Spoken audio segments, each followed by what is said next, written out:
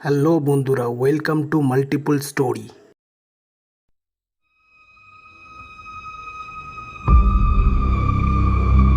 হালকা একটা ঝাটকা লাগতেই ঘুমটা ভেঙে গেল। কোনো স্টেশনে ট্রেনটা দাঁড়িয়ে পড়েছে। বড্ড গরম। এর মধ্যে আবার নিদ্রা দেবীর সদয় হওয়ার সম্ভাবনা কম। অজ্ঞতা চোখ কচলে উঠে বসলাম। এটা কোন জায়গা? বেশ ব্যস্ত কোনো স্টেশন বলেই মনে হচ্ছে। এত রাত্রেও ভিড় মোটামুটি ভালোই। টাইম দেখলাম মোবাইলে, রাত 1:05। গলাটা শুকিয়ে এসেছে, একটু জল পেলে বেশ ভালো হতো। কিন্তু ব্যাগ থেকে বোতলটা বার করে দেখি তাতে আর এক বিন্দুও জল অবশিষ্ট নেই। জানলার ঠিক সামনেই পানীয় জলের একটা কল চোখে পড়ল। বোতলটা নিয়ে চটপট নেমে পড়লাম প্ল্যাটফর্মে। মনে হয় কিছুক্ষণ আগেই এই অঞ্চলে বৃষ্টি পড়েছে। গোটা প্ল্যাটফর্ম এখনো জবজবে ভিজে। আর একটু হলেই পা হড়কে যাচ্ছিল। সাবধানে টাল সামলে ট্রেন থেকে নামলাম। আকাশ এখনো গাঢ় কালো মেঘে ঢাকা। যে কোনো মুহূর্তে আবার আকাশ ভেঙে বৃষ্টি নামতে পারে। যাই, তাড়াতাড়ি বোতলটা ভরে নি। ধ্যাত, কল থেকে সুতোর মতো জল পড়ছে। সামান্য 2 লিটার একখানা বোতল ভরতেই যেন পেরিয়ে যাচ্ছে এক যুগ সময়।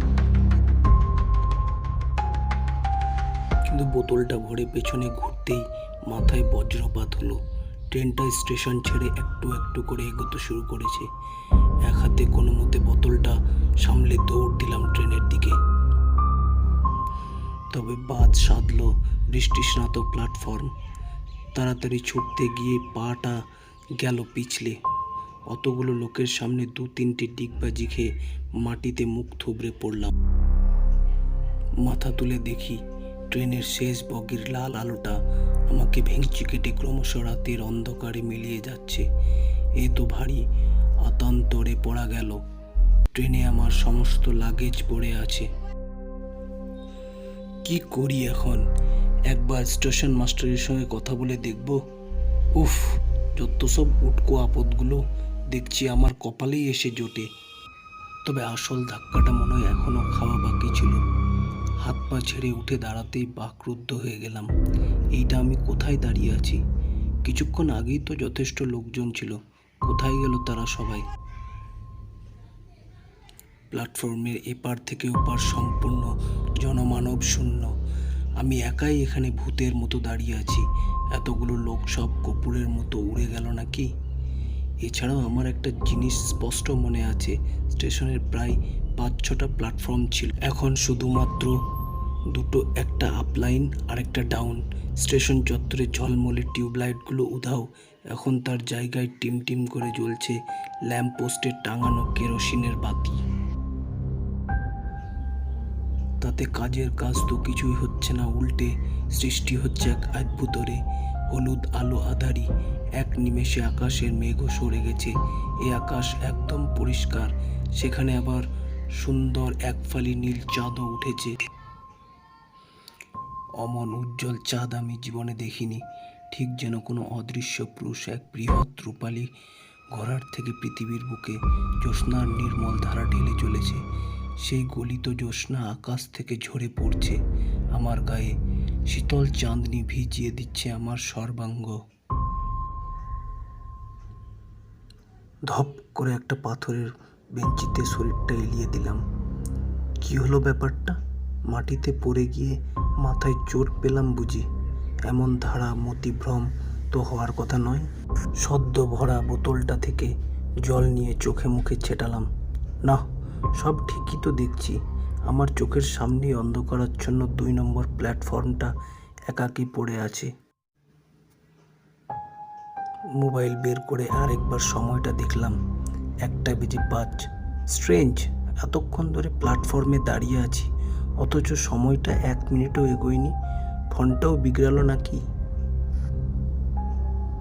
নেটওয়ার্ক তো একদম শূন্য। কোন কুক্ষণে যে বোনের বিয়েতে যোগ দেওয়ার জন্য বেরিয়েছিলাম।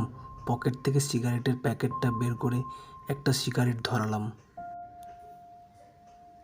কয়েকটা লম্বা টান দিতেই মাথাটা কিঞ্চিত হালকা বোধ হলো।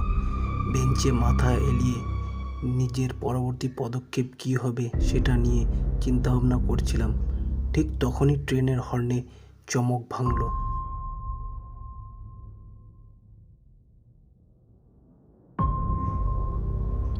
কেমন অদ্ভুত সেই হর্নের ধ্বনি, ঠিক যেন শীর্ষ দেওয়ার মতো এক তীক্ষ্ণ আওয়াজ। দূরে ইঞ্জিনের আলো দেখতে পাচ্ছি। কাছে এলো ট্রেনটা, একটা মালগাড়ি। কিন্তু ইঞ্জিনটা কীরকম, ডিজেল বা ইলেকট্রিক ইঞ্জিন নয়, এইটা তো সেই আদিকালের স্টিম লোকোমোটিভ। এই রুটে যে আজও স্টিম ইঞ্জিন চলে তা তো জানতাম না। এক রাস কুচকে কালো ধোঁয়া এবং কয়লার মিহি কুড়ো ছড়িয়ে আমাকে পেছনে ফেলে এগিয়ে গেল ইঞ্জিনটা।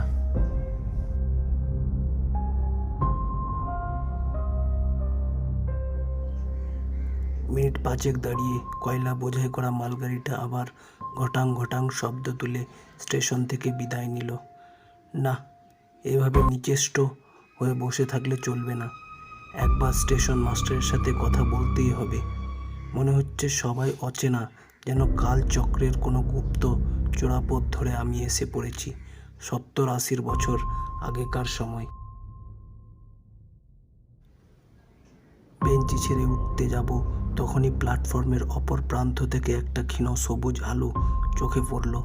রেলের পোশাক পরা দুজন লোক হাতে সিগন্যাল বাতি তুলিয়ে আমার দিকেই হেঁটে আসছে। একজন বেশ লম্বা ফর্সা, আর একজন কিছুটা বেটে রোগা।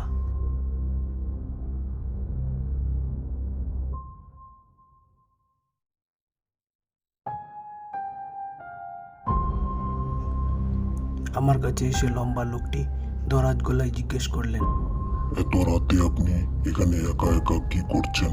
কোথায় যাবেন? আমি ট্রেন মিস করেছি, স্টেশন মাস্টারের ঘরটা একটু দেখিয়ে দেবেন? আমি এখানকার স্টেশন মাস্টার সমরেশ দত্ত। ভদ্রলোক নমস্কার করলেন। আর এ হলো এখানকার পয়েন্টসম্যান মনোহর। আজ রাতের শেষ মালগাড়িটা পাস করিয়ে আমরা কোয়ার্টারে ফিরছি। আমিও দুজনকে প্রতি নমস্কার করে জিজ্ঞেস করলাম, আচ্ছা, এখানে কি বৈদ্যুতিক আলো নেই? স্টেশনের ল্যাম্প পোস্টে কেরোসিনের বাতি, আপনাদের হাতেও লণ্ঠন। দুজনের হতভম্বের মতো একবার নিজেদের মধ্যে মুখ চাওয়াচাওয়ি করলো। কি বলেন আজ্ঞে, বৈদ্যুতিক আলো? বলেন কি বাবু? খানিকক্ষণ চুপ করে থেকে পয়েন্টসম্যান মনোহর নিচু গলায় বলল, বৃষ্টি পড়লে আকাশে বিদ্যুৎ চমকায় বলে জানতাম, কিন্তু মেঘের বিদ্যুৎ দিয়ে লন্ডন জ্বালানো যায় এমন পাগলের প্রলাপ তো কস্তিন কালেও শুনিনি। আমি বুঝেছি আপনি কি বলতে চাইছেন। মাঝখানে ফোড়ন কাটলেন সমরেশবাবু। আপাতত এইসব বিলাসিতা বড় বড় শহর পর্যন্ত এসেছে, কিন্তু এই এত গ্রামাঞ্চলে বৈদ্যুতিক আলো আশা করাটা চরম মূর্খামি। হা হা। নিজেকে একাধারে পাগল আর মূর্খ বললে কার আর মাথা ঠিক থাকে? আমারও গা পিত্তি জ্বলে উঠল। তবে এই মুহূর্তে আমি পড়েছি মহা ফাফরে। এমন দুর্যোগে এই দুজনই আমার কাছে আসার একমাত্র কিরণ।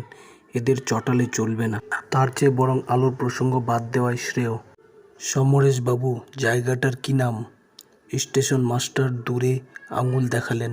প্ল্যাটফর্মের এক প্রান্তে লোহার এক ক্ষয়িষ্ণু হলুদ বোর্ড, তাতে ঘষা ঘষা কালো হরফে স্টেশনের নাম লেখা। কেরোসিন বাতি আর জ্যোৎস্নার মিশ্রিত আলোয় অতি কষ্টে পাঠ করলাম, বকুলডাঙ্গা হল্ট।